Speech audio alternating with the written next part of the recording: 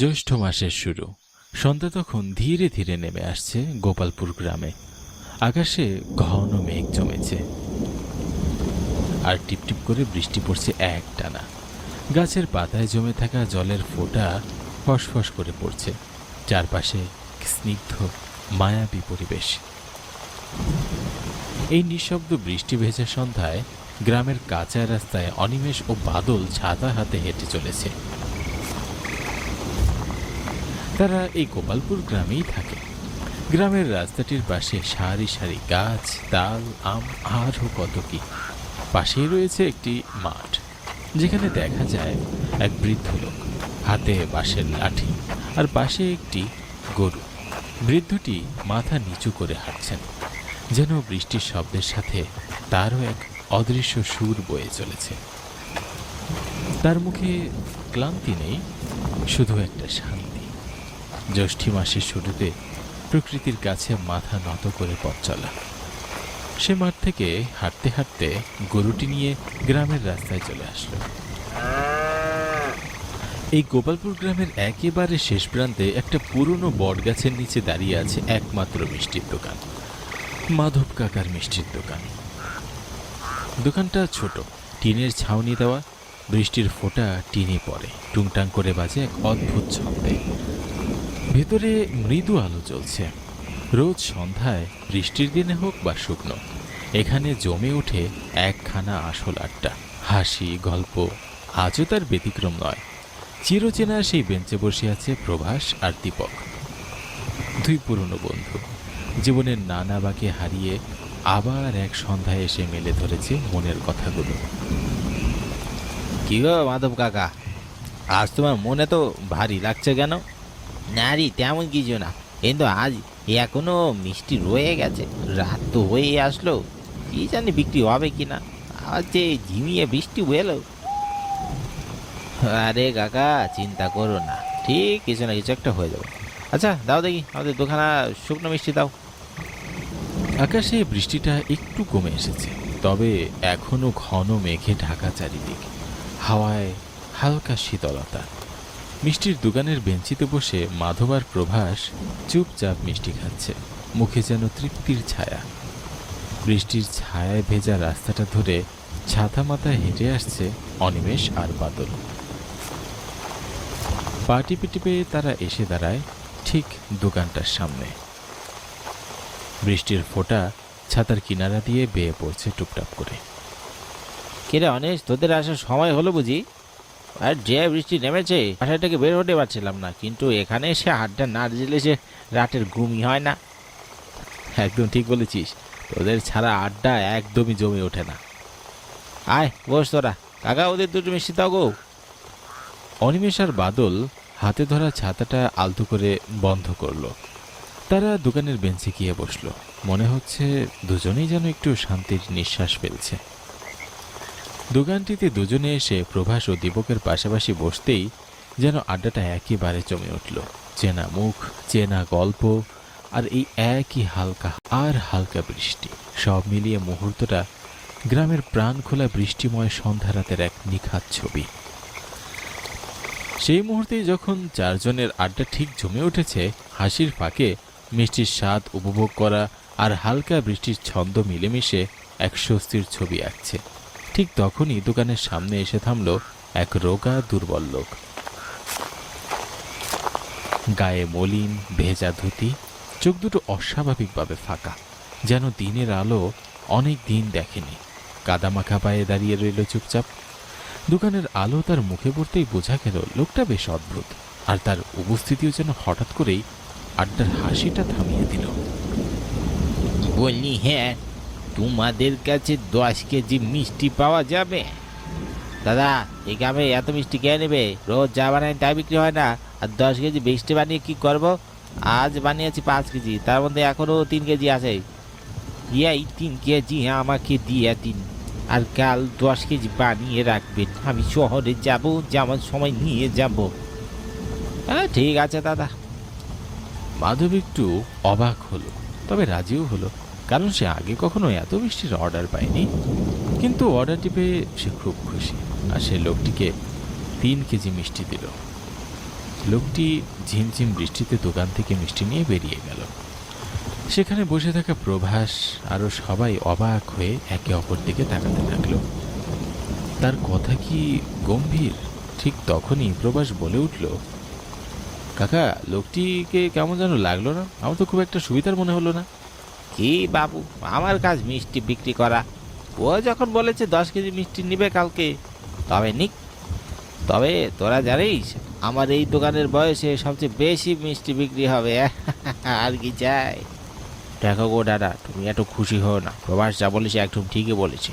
তুমি একটু সাবধানে থেকো। চলো এবার আসি আমরা। হ্যাঁ চল, রাত ভালোই হলো। পরের দিন গ্রামে চারদিক নিস্তব্ধ, আর সেই নীরবতার মাঝে একটু করে আলো জ্বলছে মাধবের ছোট্ট মিষ্টির দোকানে। মাধব একা বসে আছে, সামনে মাখনের মতো দুধ আর রসে টুইটুম্বর করাই, হাতে খুন্তি, চোখে স্বপ্ন। আজ সে অনেকগুলো মিষ্টি তৈরি করছে। 10 কেজির অর্ডার যে এসেছে, তার মন বলছে এই রাতটা শুধু পরিশ্রমের নয়, সফলতারও। তবে সে মনে মনে ভাবে, এবারের মতো যদি সব ঠিকঠাক হয় তাহলে দোকানটা নতুন করে সাজাবো। কিন্তু সে জানে না এই মিষ্টির গ্রানের সাথে সেদিন রাতের বাতাসে ভেসে বেড়াচ্ছে আরেকটা গন্ধ, অজানা, অদৃশ্য আর ভয়াল কিছুর আগমনের ইঙ্গিত। রাত পেরিয়ে গেছে, ঘড়ির কাঁটা বলছে এখন ঠিক 11টা।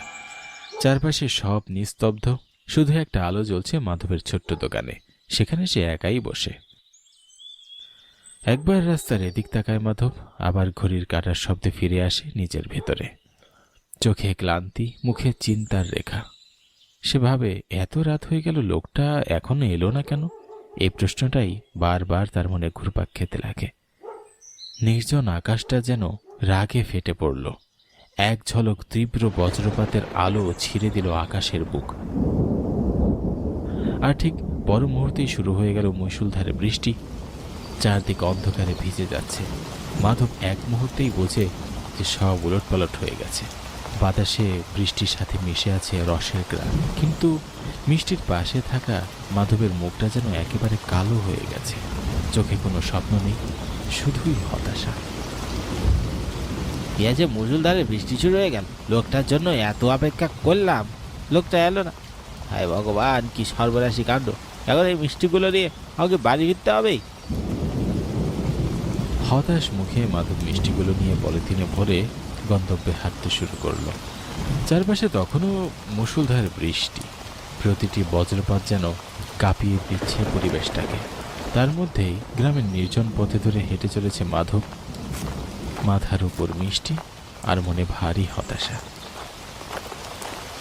আকাশটা পরিষ্কার, গাছে গাছে পাখির কলকলানি, আর দূরে কোথাও হালকা মেঘের ছায়া। গ্রামের ধুলো ভরা সরু পথ দিয়ে ধীরে ধীরে হেঁটে আসছে দুজন লোক, আর রাস্তার একধারে একটা বিশাল পুরনো গাছ। কি হে বিবাস, বলছি লোকটা অনেক ভালো ছিল রে, হুট করে এভাবে মারা গেল, মেনেই নেওয়া যাচ্ছে না। হ্যাঁ ঠিকই বলেছিস, এ যেন গ্রামের শোকের ছায়া নেমে আসলো। বটগাছের ছায়ায় দাঁড়িয়ে রয়েছে শ্যামল আর বিভাস। গ্রামের নিস্তব্ধতা ভেঙে তারা কথোপকথন শুরু করেছে। শ্যামলের কণ্ঠে দুঃখ, বিভাসের চোখে হতাশা। চারপাশে জমে উঠেছে এক অদ্ভুত অন্ধকার। হঠাৎ করেই শুরু হয়ে যায় ঠান্ডা বাতাস, অজানা এক শীতলতা ছড়িয়ে পড়েছে গায়ে। মাধব মিষ্টিওয়ালা দোকানে বসে আছে। নির্জন রাস্তার দিকে তাকিয়ে মাধব দেখে সেই রোগা দুর্বল লোকটা যে 10 কেজির মিষ্টির অর্ডার দিয়েছিল। দাদা কিছু মনে করবেন না, কাল আমি একটা বিশেষ কাজে আটকে গিয়েছিলাম, এজন্য কালকে মিষ্টিগুলো নিয়ে যেতে পারিনি।